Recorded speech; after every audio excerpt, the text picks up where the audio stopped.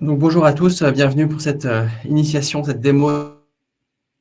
On va parler 40, Thomas va vous présenter cet outil et vous faire une démo, fonctionnalités et des cas clients pendant 40-45 minutes.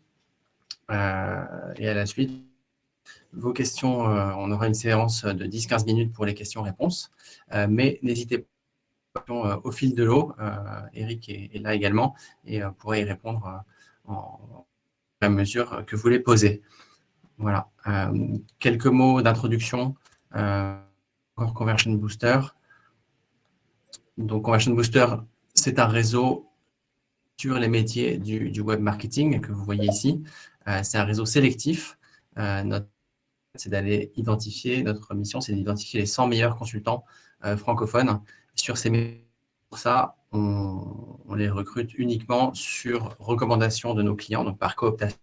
On les fait passer dans un process de sélection avec entretien, prise de référence et notation par le client après chaque mission. Voilà, et ensuite, ensuite ils vont accompagner. À noter le petit logo en bas à droite, depuis l'année dernière, on est certifié Calliope, donc on est formation référent, et donc ça permet de faire financer ces formations de l'entreprise. Voilà, slide suivante. Qui on travaille, donc on a ces 3 dernières années travaillé avec une centaine de clients de toute taille et sur tous les secteurs d'activité. Et visiblement, le concept, on est très content puisqu'on a une note de 5 sur 5 sur Google Avis. Slide suivante, Thomas, s'il te plaît. Dernière slide pour faire sur nos convictions fondatrices. Aujourd'hui, on va vous présenter un outil, un logiciel. Alors, les logiciels, c'est très bien, ça permet de gagner du temps, de faire des choses formidables. C'est très bien, mais le plus important, et on l'a eu 10 ans qu'on travaille dans le métier de la conversion, le plus important, c'est le consultant, mais aussi l'équipe client qui va utiliser. Donc voilà, leurs compétences techniques, leurs soft skills, les process, la méthodologie. C'est ça qui fait vraiment la différence. On a constaté également que c'est des métiers qui sont faciles à expliquer.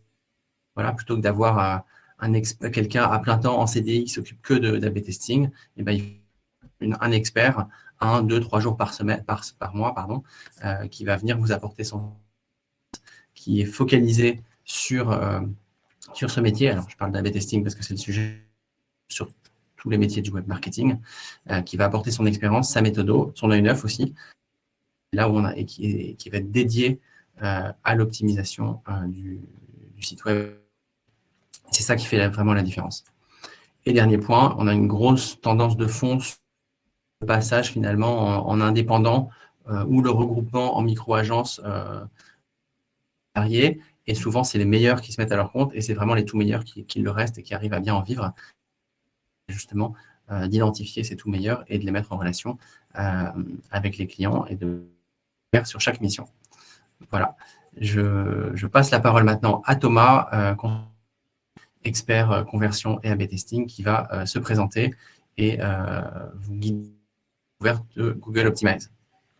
Thomas, Okay, c'est à toi. Merci Adrien. Bonjour à tous, je suis Thomas Porel, consultant CRO depuis plus de 10 ans. J'interviens dans des problématiques CRO et data pour les entreprises. Et donc, je vais concrètement concentrer mon activité sur tout ce qui est analyse de données pour trouver les problèmes de conversion, créer des roadmaps de tests pour déterminer des solutions potentielles aux problèmes qu'on a constatés, la création de tests AB, donc ce qu'on va voir ensemble aujourd'hui, donc notamment via Google Optimize, et tout ce qui est problématique de collecte de données, puisqu'on ne peut pas optimiser ce qu'on ne peut pas mesurer. Donc tout ça vient main dans la main.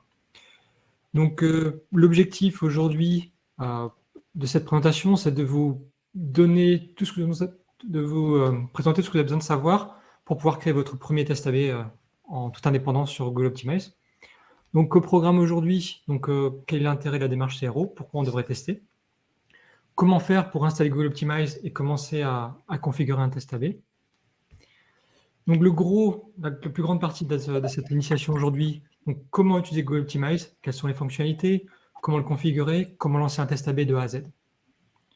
Et enfin, on finira cette présentation par quels sont les éléments à savoir pour non seulement mettre en place un test AB, mais faire en sorte qu'on a des résultats probants à l'appui.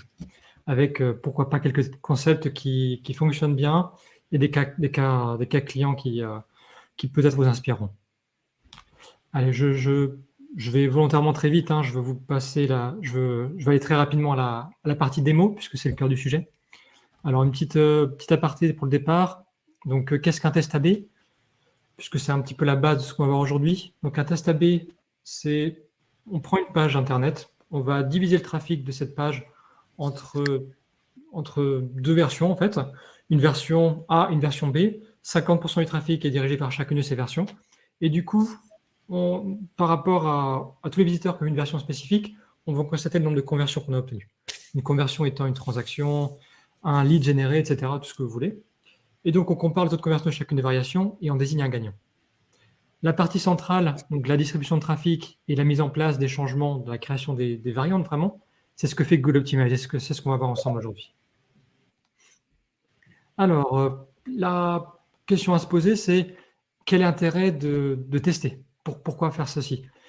La plupart des marques vont choisir, quand ils ont besoin d'avoir quand ils veulent augmenter leur conversion et leur revenu, ils vont plutôt choisir d'investir davantage dans l'acquisition de trafic. Pourtant, ce n'est pas forcément la démarche la plus rentable. Et on va voir un exemple chiffré tout de suite. Donc, à périmètre équivalent, donc, on a une démarche qui est purement SEA, donc on va investir davantage dans l'acquisition de trafic. Et à l'inverse, on a une démarche qui va être donc acquisition de trafic au périmètre équivalent, plus on investit dans un programme CRO pour tenter d'avoir des conversions supérieures. Donc, si j'investis davantage dans la question de trafic, j'ai naturellement un nombre de visiteurs qui est supérieur. Donc là, on se retrouve avec 7500 visiteurs dans ma campagne. Donc, c'est un exemple ultra simplifié, bien sûr, hein. Donc, et du coup, il n'y a pas d'acquisition de trafic supplémentaire, donc on reste à 5000 pour la démarche qui inclut la CRO. Tout naturellement, le coût d'acquisition va évoluer. Donc, comme on a plus de trafic, on va avoir un coût d'acquisition qui est supérieur pour la démarche purement SEA. C'est vraiment ultra simplifié. D'ailleurs, on peut le voir.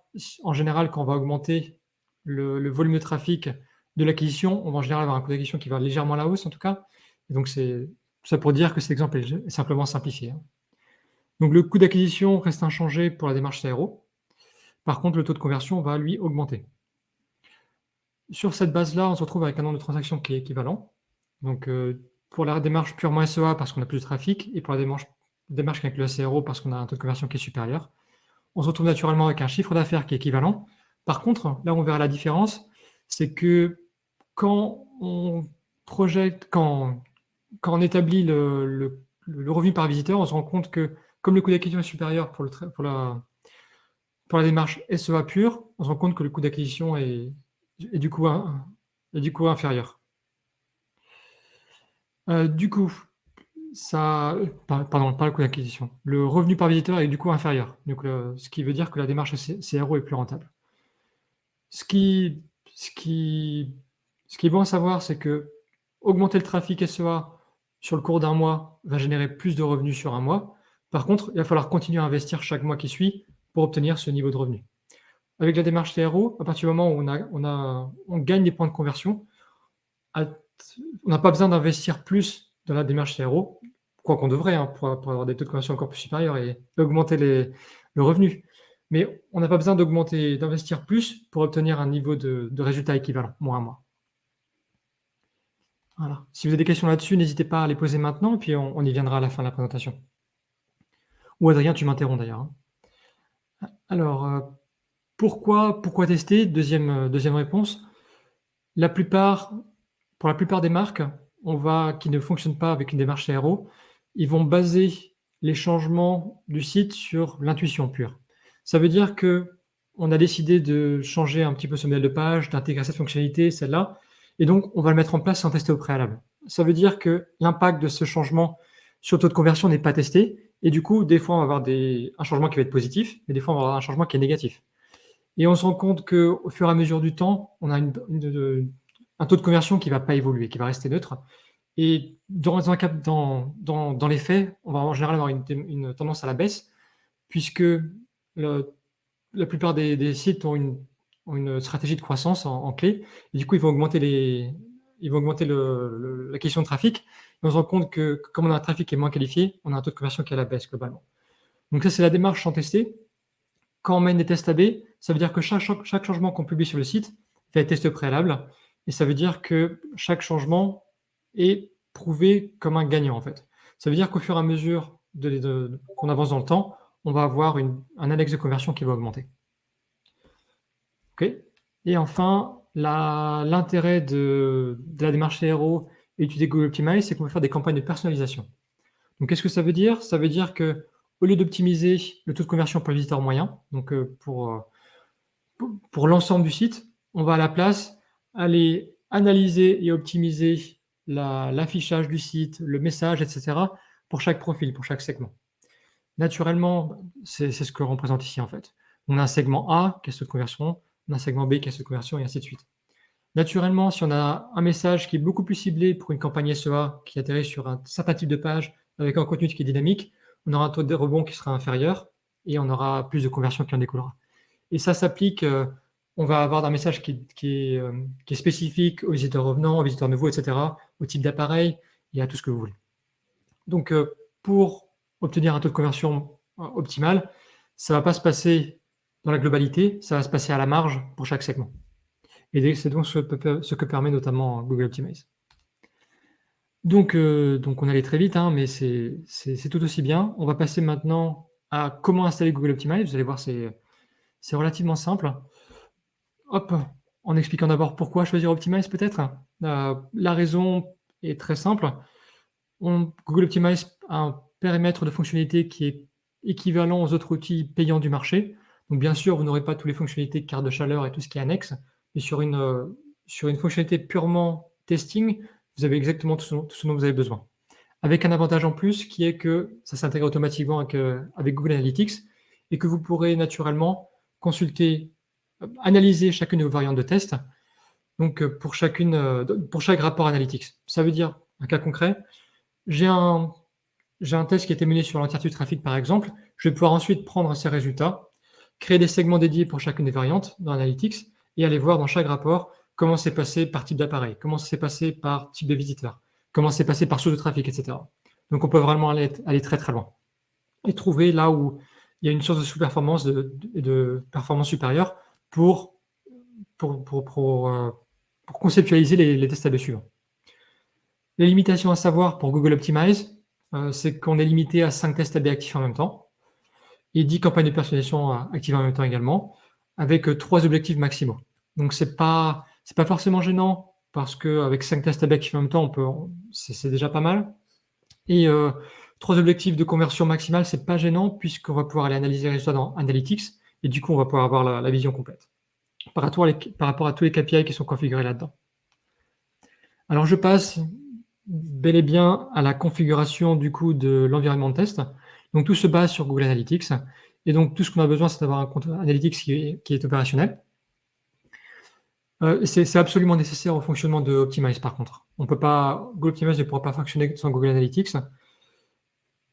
Donc, l'intégration de Google Optimize se fait très facilement via Tag Manager. Donc, soit on installe, qui s'installe via 2 snippets qu'on met sur le site, mais bon, la plupart des sites l'ont déjà installé. Donc, tout ce qu'il suffit de faire, c'est d'aller installer la balise, on utilise la balise Google Optimize qui existe, et puis on va aller juste la publier sur le site et ça fonctionnera dès le départ, à partir du moment où on met l'identifiant du compte Optimize. Tout ce qu'on a besoin de faire à ce niveau-là, c'est de lier le compte Optimize à Analytics, de manière à ce que les données de Google Optimize remontent dans Analytics tout simplement, et qu'on puisse avoir tout qui soit connecté nativement. Complètement optionnel, mais que je recommande néanmoins, c'est d'avoir des outils de collecte de données comportementales et qualitatives pour pouvoir aller plus loin dans l'analyse des résultats. Donc, ça va être la carte de chaleur, les recordings de sessions et surtout, ce qui, dans mon expérience, rapporte le plus, tout ce qui est enquête utilisateur. Donc, post-achat, à l'abandon pour les visiteurs qui quittent le site pour déterminer les objections de vente, etc. OK, et petit aparté avant de commencer la démo à proprement parler.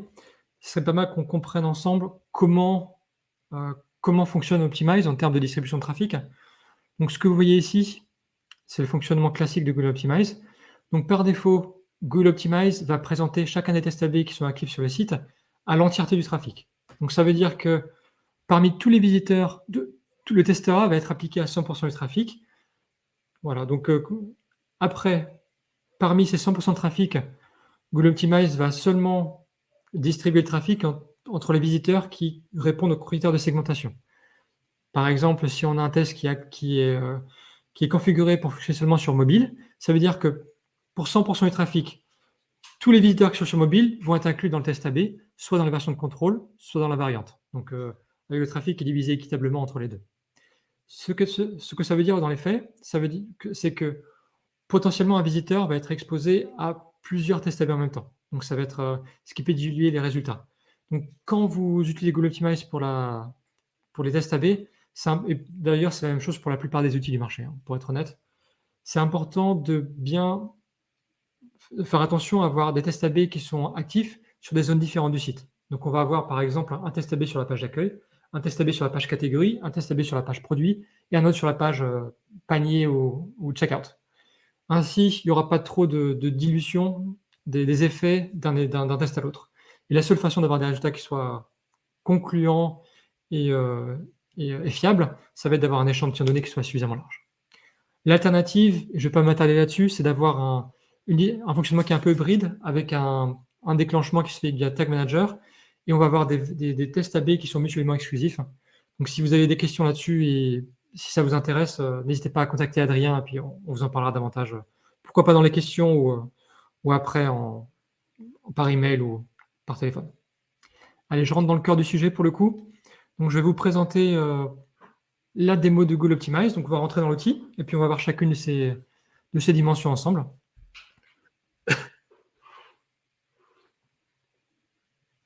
Ok, donc quand on rentre dans Google Optimize, donc vous allez être confronté à un écran tel que ceci, ce qui va vous permettre d'accéder à tous les sites auxquels vous avez accès. Donc là, je vais prendre l'exemple d'un cas client.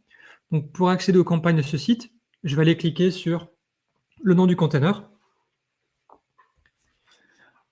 Ça me donne accès à ma liste de campagnes qui sont divisées entre les campagnes qui sont actives, les campagnes brouillon, c'est-à-dire qui ne sont pas encore lancées, et toutes les campagnes qui sont terminées. Alors, donc au programme aujourd'hui, on va d'abord voir quelles sont les types de campagnes qui sont disponibles. Et donc, on peut voir ces options dès qu'on crée une expérience ici en haut à droite. Donc, si je veux créer un nouveau test AB, une nouvelle campagne, je vais cliquer ici. Donc, ça me donne le menu avec les types de campagnes disponibles. Par défaut, donc vous verrez que test AB est sélectionné. Donc, qu'est-ce que ça veut dire? Ça veut dire qu'on va pouvoir configurer un test AB sur la page d'une page en question et utiliser l'éditeur WYSIWYG de Google Optimize pour configurer des changements sur cette page. Voilà, c'est le mode de test utilisé dans la très grande majorité des cas, hein. Pour moi, c'est ce que je fais à 98% probablement. Il y a d'autres options néanmoins. Le test multivariable, donc c'est là où on va tester plusieurs facteurs différents et pour chacun de ces facteurs, on va avoir des combinaisons différentes. Un exemple concret, on va tester la variable titre ou titre de la page. On va tester le titre de la page en rouge, bleu ou vert. On va avoir une image différente, donc image 1, 2 ou 3. Et du coup, un test multivariable va créer des combinaisons de toutes ces variations possibles entre ces deux combinaisons de facteurs. Et ça nous donne beaucoup de variantes qu'on peut tester comme ça. Troisième type de test, ça va être un test de redirection. On va prendre une URL et on va la tester par rapport à une autre. C'est relativement simple. Et enfin, les campagnes de personnalisation. Donc, on va pousser une campagne à 100% des visiteurs qui remplissent les conditions de segmentation. Donc là, je vais créer une première campagne test pour cette démo. Alors, campagne test. Je vais la mettre sur une page produit, ça va être plus intéressant comme notion d'édition qu'on va voir ensemble. Allez, je vais la créer. Je vais sélectionner test AB par contre, qui est le cas de figure le plus courant. Et je vais créer. Qu'est-ce que ça va faire? Ça va me créer une nouvelle page où je vais pouvoir configurer mon test AB de A à Z. Alors, première chose à avoir, c'est la création de variantes sur cette page. Donc, comment créer une variante? On suit les étapes. C'est hop, j'ajoute une variante. Je peux la nommer comme je veux. Je vais mettre changement d'hiver. Hop, parce que je vais vous montrer plein d'exemples différents. Voilà. J'ai la possibilité de modifier la pondération. Donc, qu'est-ce que ça veut dire? Ça veut dire que je peux avoir la version, 75% des visiteurs qui vont voir la version normale du site, tandis que 25% des visiteurs seraient exposés à la variation.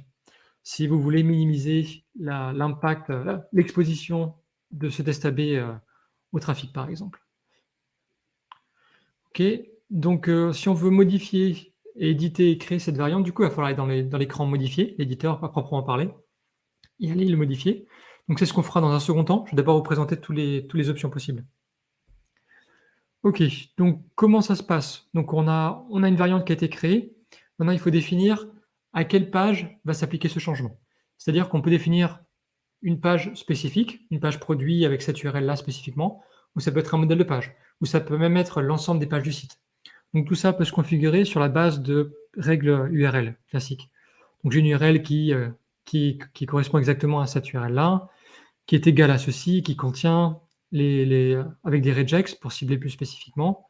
Ça va très très loin. Et après, je peux aller, hop, allez, je vais prendre, on peut vérifier que l'URL, une URL spécifique est bien inclue ou pas dans un test. Hop, hop, je vérifie. Hop, non, c'est pas bon. OK, je vais tester autre chose à la place. Et est-ce que je teste ceci? Pourquoi pas avec un test? Est-ce que ça marche? Oui, ça marche. OK. Donc vous voyez que vous pouvez vérifier vos règles d'URL assez facilement. Donc là, j'enregistre. Je vais tester simplement sur cette page-là. On va garder l'exemple le plus simple possible. Donc j'enregistre la page de cible. Donc une fois qu'on a défini sur quelle page ce test va se passer, on va pouvoir définir quelle audience va être exposée à ce test. Donc Google Optimize vient avec pas mal d'options qui sont super utiles. Donc je vais les passer en revue rapidement. Donc la seule limitation qu'on a avec la version gratuite, c'est qu'on n'a pas accès aux audiences définies dans Analytics. Par contre, on a accès à tout le reste. Donc ça veut dire qu'on peut cibler le trafic en provenance de campagnes AdWords spécifiques, de campagnes d'ailleurs, de groupes d'annonces, enfin de mots-clés, on peut aller très très loin. Donc ce qui est super utile pour optimiser le coût d'acquisition de vos campagnes d'acquisition, concrètement. Donc on peut avoir un ciblage en fonction des UTM. Donc ça peut être par exemple, vous voulez cibler une opération commerciale spécifique. Vous avez une opération sur, admettons, vous avez un magasin de bricolage. Vous allez vouloir cibler tous les meubles de cuisine. Vous avez un paramètre, une campagne UTM, une campagne d'opération promotionnelle sur les cuisines. Vous mettez UTM cuisine de la campagne, et puis ça, on peut avoir un affichage dédié du site avec une bannière qui s'affiche sur la première page du site, par exemple. Ça peut aller très loin. Catégorie d'appareil, donc là je vais sélectionner tout simplement le type d'appareil, mobile, tablette, ordinateur. Le comportement, donc là je vais pouvoir cibler l'origine de la visite ou le type de profil. Donc si je veux cibler un nouveau visiteur, donc je vais mettre temps d'attente depuis la première arrivée est inférieur à 10 secondes, puisque le visiteur vient juste d'arriver. Et si je veux cibler la provenance, donc sur la base de site référent, est-ce que je veux cibler tout le trafic qui vient de mon partenaire Intel. Admettons que vous avez des campagnes d'affiliation, vous voulez afficher pourquoi pas un header spécifique qui inclut le logo du partenaire, hop, on cible par rapport à la page de provenance et on déclenche la campagne. OK, zone géographique, donc là on peut cibler par ville, pays, continent aussi je crois. Agglomération, non pas continent, région. Donc le cas de figure le plus courant, ça va être, vous avez des magasins, vous voulez pousser quelque chose spécifiquement dans une ville, ou alors vous avez une stratégie pays, et dans ce cas, vous segmentez par pays. OK, et là, enfin, on finit par la technologie. Donc là, cas concret, on va avoir un problème sur le site, sur une version d'un navigateur, par exemple. Et ben, on va aller cibler un système d'exploitation, un type de navigateur on va pouvoir chercher la version spécifique ici. Et on va pouvoir aller publier un fixe directement via Google Optimize sans attendre que le développement puisse y consacrer du temps, par exemple. Ça, c'est un point intéressant. On appelle ça une béquille de CMS. Ça permet effectivement de régler, un outil d'A/B testing permet de régler, même sans A/B testing, sans avoir besoin de le régler. S'il y a un bug, il faut le régler, de ne pas attendre que ça arrive en haut de la pile de l'équipe de développement et donc de résoudre le bug rapidement avec un patch en attendant que ça soit fait dans le dur. Exactement. Il y a pas mal de critères de segmentation qui sont plus avancés. C'est pas vraiment l'objectif de voir ça ensemble aujourd'hui. Sachez juste que ça fait 10 ans que je fais, peut-être pas 10 ans que je suis Google Optimize spécifiquement, mais au moins 8 ans. Et j'ai pu faire toutes les campagnes que je voulais en termes de segmentation. Tout simplement parce qu'on peut pousser des fonctions JavaScript personnalisées. Donc, si je veux cibler un élément spécifique qui existe sur le site, je crée une fonction, je cible un critère et je peux cibler très, très spécifiquement. Donc, il y a pas mal d'options qui sont simples d'accès et que vous pourrez utiliser intuitivement et on peut aller très, très loin. OK, donc j'ai voulu prendre du temps un petit peu pour passer en revue tout ce qui est possible. Ça vous montre un peu le ça vous permet d'évaluer le type de campagne que vous pouvez mener. Donc on peut faire des tests multipages. Donc, ça veut dire qu'on peut configurer une première page dans l'éditeur, ensuite ajouter une deuxième page, une troisième page et on peut tester notamment des tunnels de conversion entiers, ce qui est assez intéressant. Les objectifs de conversion donc sont configurables ici directement. Donc, comme on a un compte Analytics qui est lié à Optimize directement, ce que je vais devoir faire, c'est je vais choisir parmi mes objectifs de Google Analytics les objectifs de conversion qui m'intéressent. Donc, par exemple, transaction, hop, j'ai sélectionné l'objectif, jusqu'à 3 objectifs. OK, et pour finir, les paramètres. Donc là, ça va être, bon, je vais passer quelques paramètres qui sont peu importants, mais sachez qu'on peut définir de déclencher Optimize seulement sur une portion du trafic.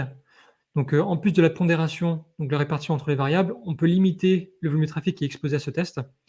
Et deuxième point important, c'est pour tous les sites qui sont en SPA, Single Page Application, c'est-à-dire qui n'ont pas le chargement de page comme élément déclencheur, on peut changer ça en créant un déclencheur spécifique.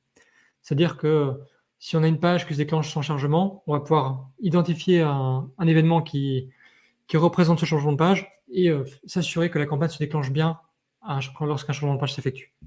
C'est un point technique, mais pour certains d'entre vous qui ont ce type de site, c'est important à savoir. OK, c'est tout ce qui est prévisualisation et debug, on va le faire dans la deuxième partie, puisqu'on va vraiment rentrer dans l'éditeur et créer un premier test ensemble.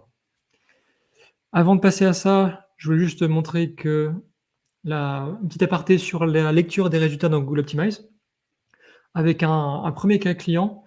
Donc là, c'est un client qui voulait tester son image de marque et il voulait notamment tester, afficher un logo qui était moins spécifique. Parce que voilà, la raison, c'était qu'il voulait tester l'impact de la marque sur un type d'audience différente. Et du coup, on a testé un logo différent sur l'ensemble du site. On va voir les résultats dans un instant. Donc, pas tout de suite d'ailleurs, hein, c'est parti. Donc, on se rend compte que sur le volet transactions, avec le nouveau logo, on a donc là, ce qu'on a ici, c'est le nombre de sessions pour chacune des variantes. Donc, la version normale du site a vu tant de sessions, la variante avec le nouveau logo a vu tant de sessions. Ensuite, chacune des variantes a eu un nombre de transactions différent, qu'on voit ici, ce qui se transcrit en un taux de conversion qui est différent, et donc à un écart entre les variantes qui est expliqué ici. Donc, je crois que c'était 6%, je crois, de manière maniable. Donc, 4 critères importants pour décider qu'il est temps d'arrêter un test AB. Donc, le premier, ça va être ce qu'on voit ici. Donc, le taux de confiance. Qu'est-ce que ça veut dire 88%? Donc, ça veut dire que ce résultat est vrai, c'est-à-dire que la version avec le nouveau logo gagne dans 88% des cas. Deuxième critère, c'est d'avoir un nombre de transactions, un échantillon qui est suffisamment large. Ça se transcrit notamment avec un nombre de transactions minimales. Dans mon expérience, ça va se baser sur 150 conversions minimales par variante. Troisième critère, on va vouloir avoir un test qui dure 14 jours, et si possible des semaines pleines, au minimum, de manière à ce qu'on puisse éliminer toutes les données exceptionnelles liées à un week-end, liées à un facteur externe qui pourrait impacter les dynamiques de conversion, etc. Et le quatrième, c'est d'avoir une tendance qui est inchangée sur les derniers jours du test. Ce qu'on voit qui est clairement le cas ici dans la courbe. La variante en bleu et la version de contrôle ici. Voilà. Ça, c'est vraiment hyper important parce que l'erreur qu'on peut faire assez rapidement et assez facilement au début quand on démarre, c'est d'arrêter trop tôt et donc d'avoir des faux positifs quand on voit que la courbe va vers le haut et que c'est positif. Si on ne respecte pas ces 4 critères, on peut effectivement être amené à mettre en live des changements qui en fait vont pénaliser votre taux de conversion. Exactement. OK, donc ça conclut la présentation des fonctionnalités et là, on va vraiment rentrer dans le cœur du sujet avec, on va tout simplement créer un test ensemble. Allez, je rentre dans l'éditeur du coup. Hop. Donc j'ai créé ma campagne tout à l'heure, donc je vais partir de de la même base. Donc, je ne sais pas si vous vous souvenez, tout à l'heure, je m'étais arrêté ici à modifier. Donc, qu'est-ce que je vais faire? Je vais rentrer dans l'éditeur. C'est parti. Ça va charger l'éditeur de Google Optimize et je vais pouvoir configurer certains changements. Alors, je les ai listés ici, hein.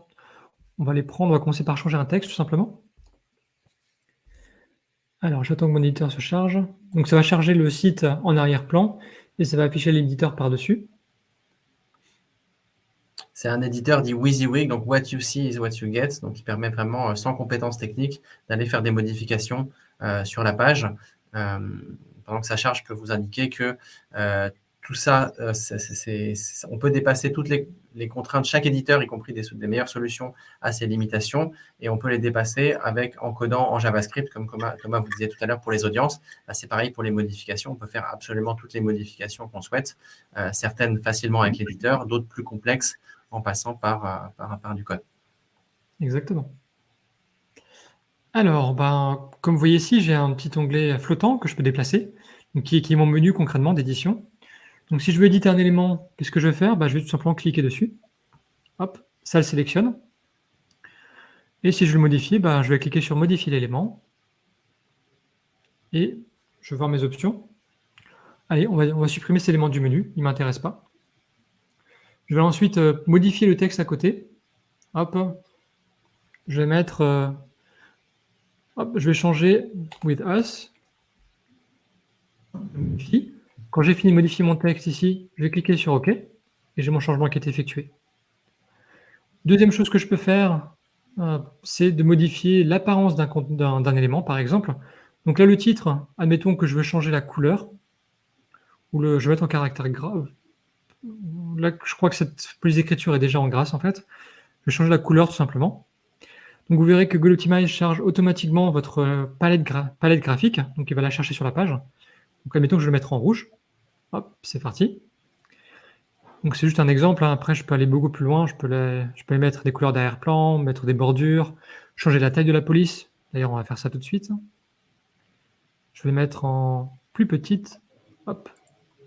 Voilà. Voilà, c'est effectué. Un autre exemple, je vais essayer, je me rends compte, je voudrais tester une version de la page où ce bloc-là, par exemple, apparaît plus bas dans la page. Donc qu'est-ce que je vais faire? Je vais le sélectionner et je vais le faire drag and drop. Je vais le faire glisser dans ma page, tout simplement. Hop là.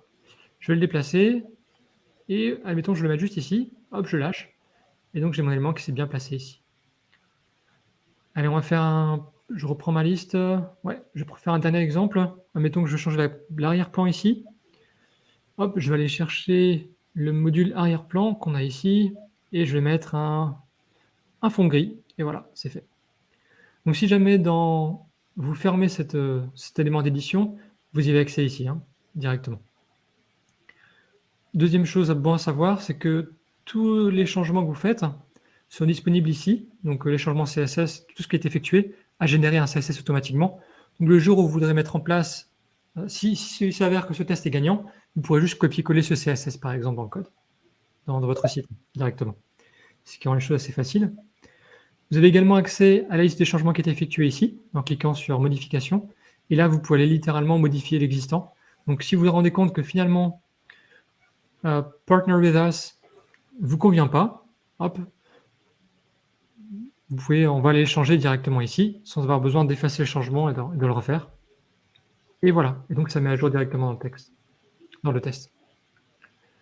Autre chose, si je voulais ajouter un élément dans la page, donc je peux sélectionner son emplacement d'abord. Donc, je vais sélectionner un emplacement spécifique. Admettons, je vais le placer juste après le titre. Ici, je sélectionne le titre. Je vais aller sélectionner ici le sélecteur qu'on a là. Et je vais ajouter une modification. Donc, je vais par exemple ajouter je peux ajouter un texte tout simplement. Je peux aller plus loin, ajouter un bloc HTML. D'ailleurs, je vais faire ça pour vous montrer un exemple un peu plus, peut-être pas complexe, mais un peu plus avancé. Hop, mon nouveau texte. Voilà. Je choisis de l'insérer après. Donc, il y a plusieurs options ici, hein. Et du coup, voilà, j'ai mon nouveau texte qui s'affiche. Donc, en plus de pouvoir modifier un texte, un élément, le déplacer, modifier l'apparence, je peux aussi en ajouter, ou le supprimer d'ailleurs. Donc vous avez la main à toutes les options de base pour modifier vos pages via cet éditeur. Donc avant de quitter cet éditeur, qu'est-ce que je vais faire? Je vais tout simplement le prévisualiser. Donc j'ai un petit écran ici que vous pouvez voir. Le mode interactif, et donc là j'ai mes changements. Donc j'ai mon élément de menu qui était supprimé, mon élément de menu qui a été modifié, l'apparence de mon titre qui a été modifiée, un élément texte qui a été ajouté. Si je descends, j'ai mon bloc qui a été déplacé ici, et j'ai l'arrière-plan du sticky block là qui est d'une couleur différente. Ok, tout me paraît bon. Qu'est-ce que je fais du coup? Je quitte le mode aperçu et je vais enregistrer mes changements. Ok, ça on peut ignorer, c'est parce que la page en question charge un paramètre d'URL, donc on va modifier ou on peut garder en l'état, ça n'a pas d'importance. Ok, donc je valide et je vais aller très rapidement vous montrer l'aperçu que propose Google Optimize. Il y a deux modes d'aperçu distincts. Donc le premier, ça va être un aperçu où on va vouloir afficher cette variante, par exemple, quel que soit le critère de segmentation. C'est-à-dire que si c'est un test qui a lieu sur mobile uniquement et que vous ne pouvez pas tester sur mobile puisque c'est sur ordinateur, ça va afficher l'aperçu même si les critères de segmentation ne sont pas respectés. Donc c'est le mode aperçu classique. Donc je vais le lancer tout de suite. Hop. Donc pendant que ça charge, sachez que vous avez des options pour partager l'aperçu avec votre équipe, ce qui peut être assez utile, et d'avoir des modes d'aperçu différents en fonction du type d'appareil. Donc là, si je regarde ma page, hop, donc j'ai sur la version live du site, telle que se déclenchera, donc on voit que j'ai mes changements qui ont été pris en considération ici.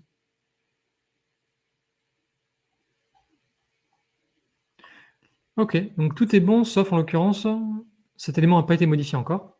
Donc il y a un problème, donc c'est parfait, c'est un exemple concret de pourquoi, et c'est super important de vérifier dans le contexte du site exactement comment ça se passe. Il me semble que j'avais fini par partner up, je crois. Donc il faudra aller dans l'éditeur, s'assurer que c'est bien configuré. Mon nouveau texte est bien là, l'apparence est modifiée, mon sticky a bien une couleur d'arrière-plan et mon élément a bien été déplacé. Donc je peux fermer cet aperçu. C'est le premier mode. Le deuxième mode, c'est le mode debug. Donc là, qui va vous permettre de tester donc, ce changement pour vérifier que les critères de segmentation sont bien respectés. Donc je vais vous montrer tout de suite.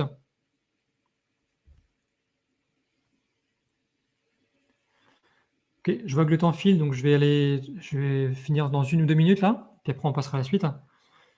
Mais concrètement, on va voir un panel qui se charge donc, en bas de la page, qui va déterminer si oui ou non la campagne devrait se déclencher sur cette page. Ah voilà, j'ai mon élément qui a bien été pris là sur ce coup-là. Donc il y avait probablement un temps de propagation. J'avais été trop vite probablement. Donc là, il me dit qu'effectivement, la campagne a bien été déclenchée parce que les critères de segmentation sont bien respectés.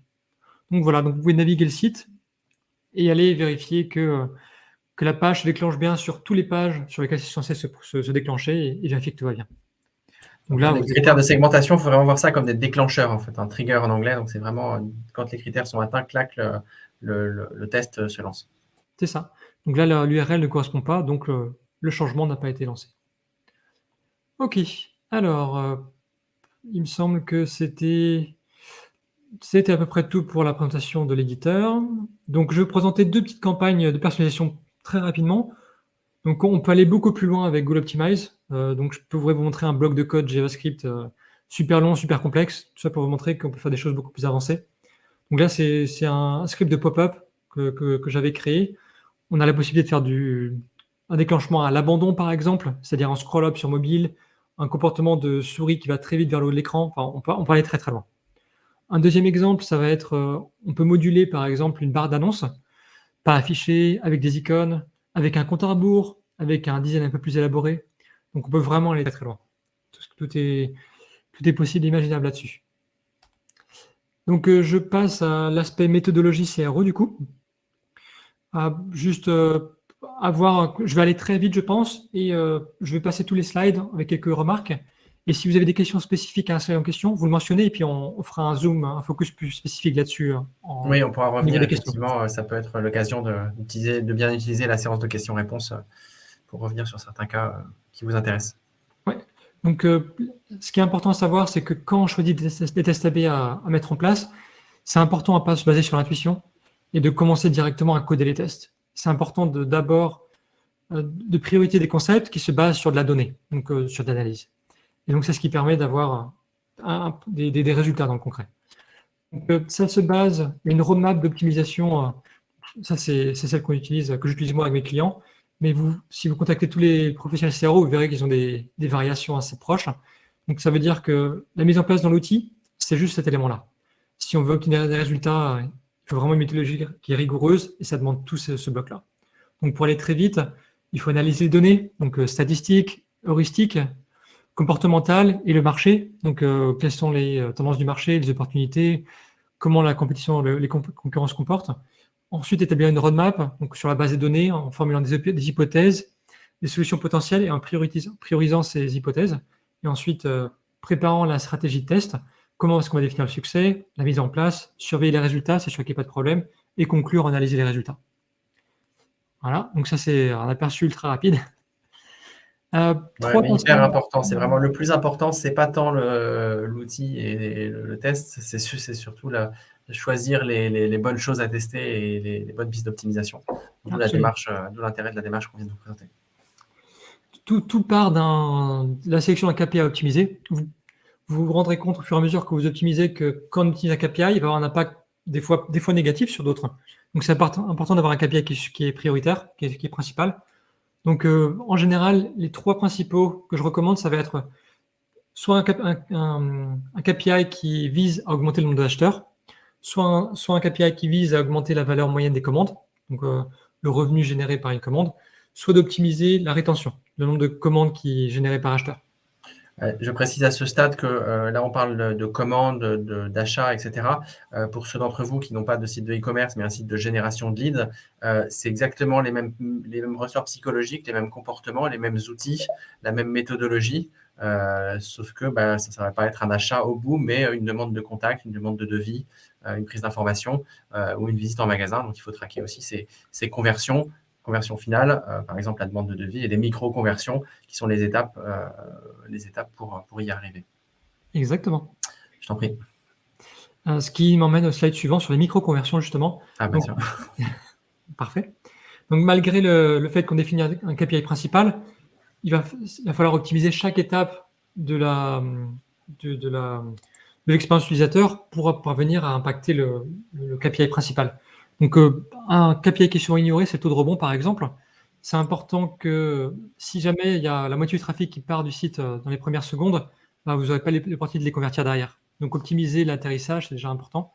Donc, les questions qu'il faut absolument répondre sur les premières 4-5 secondes, c'est qu'est-ce que fait ce site? Est-ce que ça répond aux questions que le visiteur se pose? Hop, ce qui va impacter le taux de rebond. Ensuite, qu'est-ce qu'on peut faire sur ce site et pourquoi est-ce qu'on devrait le faire? Si un visiteur compare plusieurs concurrents du marché, quel est l'élément différenciateur? Donc, il faudrait que ce soit visible très rapidement. Donc, tout ça, ça me donne un taux de conversion. Donc, on va prendre un exemple concret. Donc, si j'ai un taux de rebond de 45%, 60%, donc un taux de rebond de 75%, ça veut dire que 3 visiteurs sur 4 quittent le site sur la première page ou dans les premières secondes en fonction de comment vous le définissez. Donc, du coup, on aura un trafic qui reste sur le site qui va évoluer, qui va être différent en fonction du taux de rebond. Et du coup, des volumes d'achat qui vont être différents et un revenu qui va être différent.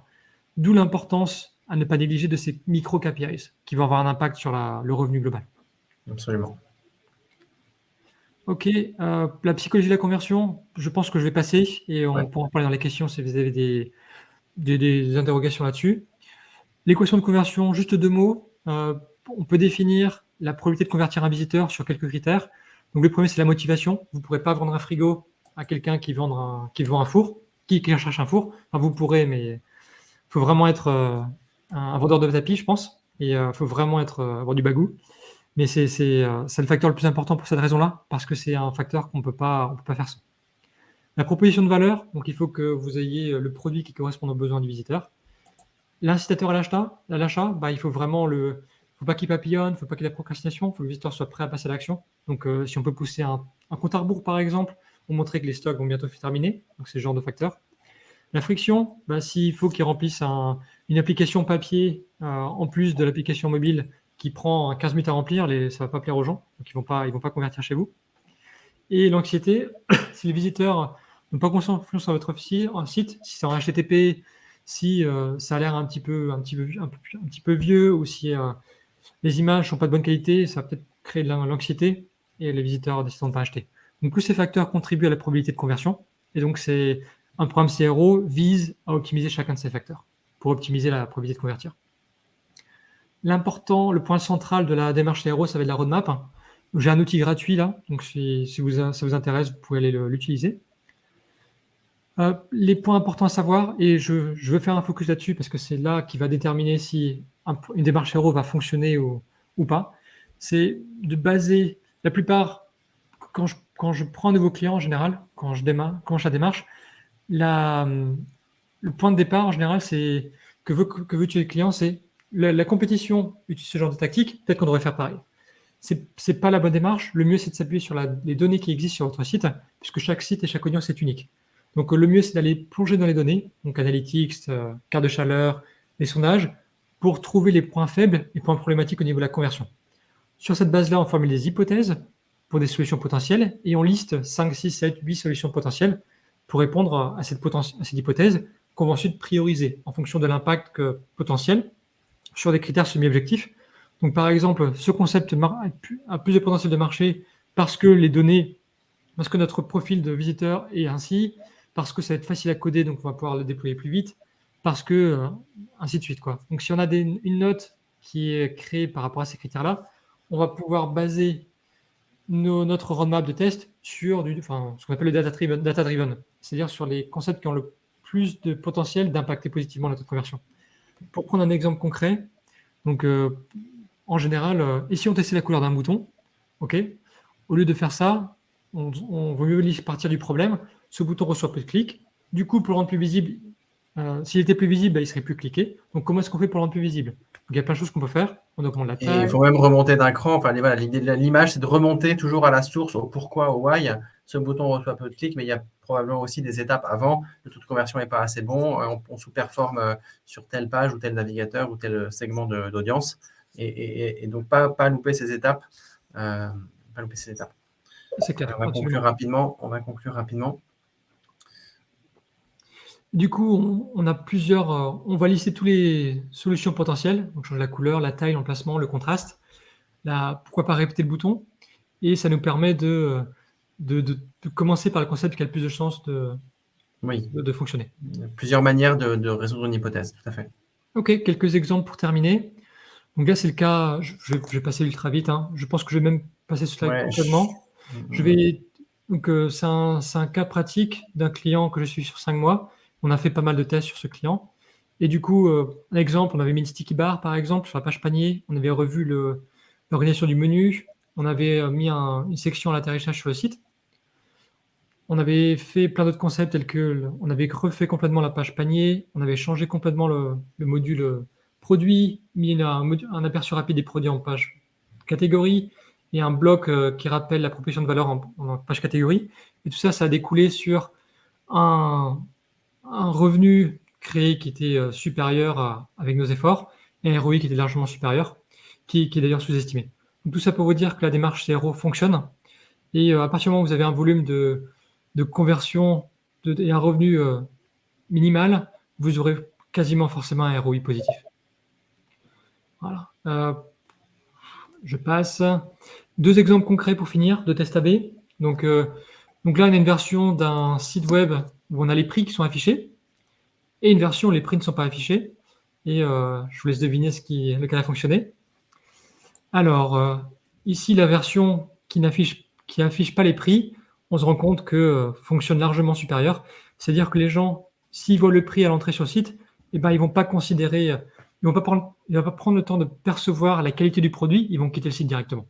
D'où l'importance de cacher les prix à l'entrée sur ce site-là en particulier, et pour qu'ils avancent dans l'expérience d'achat.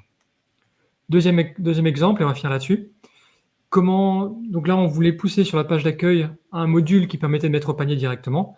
Et on s'est rendu compte qu'avec cette technique-là, on avait, en ajoutant ce bloc-là, on avait, je crois que c'était plus 16% de transactions depuis la page d'accueil. Ce qui n'est pas anodin pour un concept en page d'accueil. Ok, formidable. Merci beaucoup Thomas. Il y aurait encore des centaines, voire des milliers de cas clients dont tu pourrais parler. Merci pour les appréciations. Merci à tous pour votre attention. C'est le moment de passer aux questions-réponses. Je vous invite à poster vos questions dans le chat. Alors Thomas, on nous demande... donc Arnaud nous a demandé, est-ce que GA4 doit également être fonctionnel pour utiliser Google Optimize? Non, Voilà. pas du tout. Non, ça se base sur la base de Universal Analytics, donc il n'y a pas de souci. Là, et le switch va se faire naturellement avec Universal Analytics qui va être archivé je crois que c'est juillet 2023. Le switch va se faire automatiquement vers GA4. D'accord, mais les clients qui auraient uniquement GA4 aujourd'hui peuvent utiliser Google Optimize? Oui. Ok, très bien. Il y a une question sur pourquoi 150 conversions pour un test réussi. Je me suis permis de répondre, mais tu vas probablement compléter. C'est complètement subjectif, pour être honnête. C'est parce que j'avais des clients qui arrêtaient Test AB après, parce qu'on avait 100% de taux de confiance, mais en regard, ils avaient 10 conversions, quoi. Donc, c'était juste pour avoir une base statistique. C'est pour avoir un échantillon qui soit suffisamment large. Et la meilleure façon d'avoir un échantillon qui soit exploitable, c'est d'avoir un volume de conversion minimal. 150, c'est vraiment arbitraire. Je me suis rendu compte que avec les années qui passent, en dessous de ce seuil-là, on risque d'avoir des faux positifs, en fait. Oui, parce qu'on cherche parfois des optimisations de plus 1 ou moins 1%. Je te rejoins là-dessus. Je disais dans le chat que entre 1 à 2% de conversion, ça fait 10 000 à 20 000 visiteurs pour avoir 150 conversions. Et donc, sur une base de 10 000 à 20 000 visiteurs, c'est statistiquement suffisamment représentatif pour aller chercher des résultats à plus ou moins 1% de conversion. Ouais. Voilà, Arnaud pose une nouvelle question à l'instant. Est-ce qu'on peut tester un tunnel de conversion? Merci Arnaud. Est-ce qu'on peut tester un tunnel de conversion qui est unique à chaque client? Le tunnel commence par des questions sur l'utilisateur et finit sur des offres personnalisées. Donc, chaque utilisateur a un résultat différent. Dans une certaine mesure, oui. Ça veut dire qu'il faudrait créer des campagnes de personnalisation ou des tests AB qui soient spécifiques à chaque segment à chaque fois, par contre. Donc, on aurait une campagne dédiée pour chacune de ces profils, en fait, à cibler. Donc, c'est probablement très chronophage. Ah, complètement. Parce que ça veut dire créer à chaque fois déjà, il faut créer les scénarios de personnalisation. Et si jamais on a des scénarios qui vont changer d'une page à l'autre, par exemple, si un visiteur choisit une option, ça va déclencher un scénario différent. Ça veut dire avoir des campagnes différentes pour chaque étape de l'entonnoir à chaque fois. Et donc là, on parle, et bien sûr, si c'est unique à une personne, on ne peut pas mesurer A versus B parce qu'il n'y a pas de statistiques, c'est pas suffisamment statistiquement représentatif. Mais ce n'est pas un problème. On peut très bien définir des campagnes de personnalisation. Si on veut dire à tous les visiteurs que le début des soldes, c'est dans 2 jours, et qu'on est sûr de notre coup, on ne va pas le mesurer. Et on peut très bien se servir d'un outil d'A/B testing comme ça. En revanche, effectivement, si c'est le unique, il faut vraiment avoir une bonne raison de le faire. Salut Baba, merci pour ta question. Donc Baba nous demande, je ne sais pas si vous en avez parlé, une limite de tests faisable en même temps sur le même compte. Oui. Une limite de user. Vas-y. Il y a 5 tests AB actifs en même temps par container et 10 campagnes de personnalisation en même temps. Ça, c'est sur la version gratuite de Google Optimize. Après, sur la version gratuite, absolument. Google 360, ça s'est débridé. Oui. Voilà, mais généralement, on conseille de ne pas faire trop de tests en même temps. Pour garder le contrôle et se focaliser. Le jeu, c'est vraiment de se focaliser sur les tests les plus pertinents. Est-ce qu'il y a une limite, Thomas, de user ou de durée de test? Pas à ma connaissance. Par défaut, Google Optimize va arrêter un test au bout de 90 jours, mais il me semble qu'on peut changer cette date-là. D'accord, ok. D'ailleurs, je ne l'ai pas mentionné tout à l'heure, mais on peut programmer le lancement et l'arrêt d'un test. Donc, pour des cas clients, en général, on va lancer des offres promotionnelles qui commencent à minuit tel jour, qui finit à telle heure, tel autre jour. Ça, c'est programmable. Voilà, et Baba finit sa question en disant « J'ai justement quelques sites qui, en attendant la pile chez le service IT, font de l'A/B testing, donc la fameuse béquille de CMS dont je parlais tout à l'heure, une règle permanente, entre guillemets permanente, est-ce que c'est risqué? Non, pas risqué du tout, je le fais avec la plupart de mes clients. C'est un cas de figure qui est plus courant que vous pouvez imaginer, hein.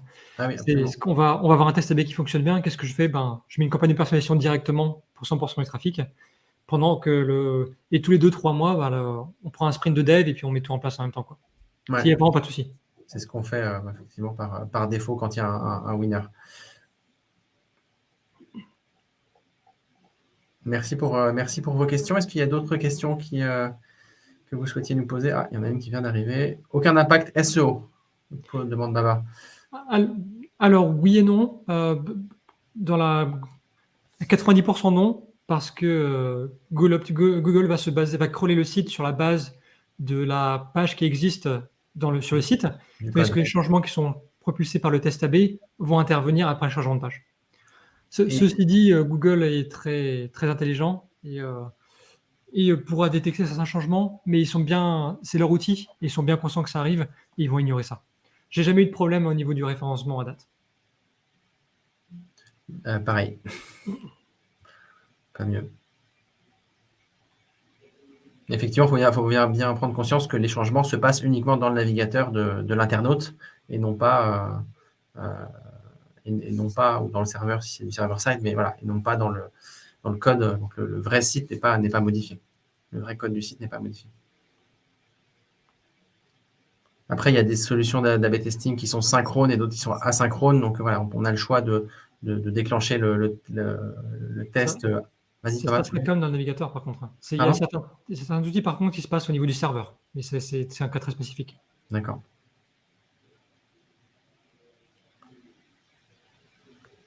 Ok, très bien. Merci beaucoup pour votre question, pour votre participation. Il est 10 heures, donc comme convenu, comme promis, on va vous libérer à l'heure. Merci beaucoup. N'hésitez pas donc à nous contacter, Thomas ou moi, ou des membres de l'équipe. Vous avez mes coordonnées ici. On pourra vous envoyer la roadmap de Thomas pour pouvoir que vous puissiez vous en inspirer. Et voilà, merci beaucoup de votre confiance et à très bientôt. Attendez, il y a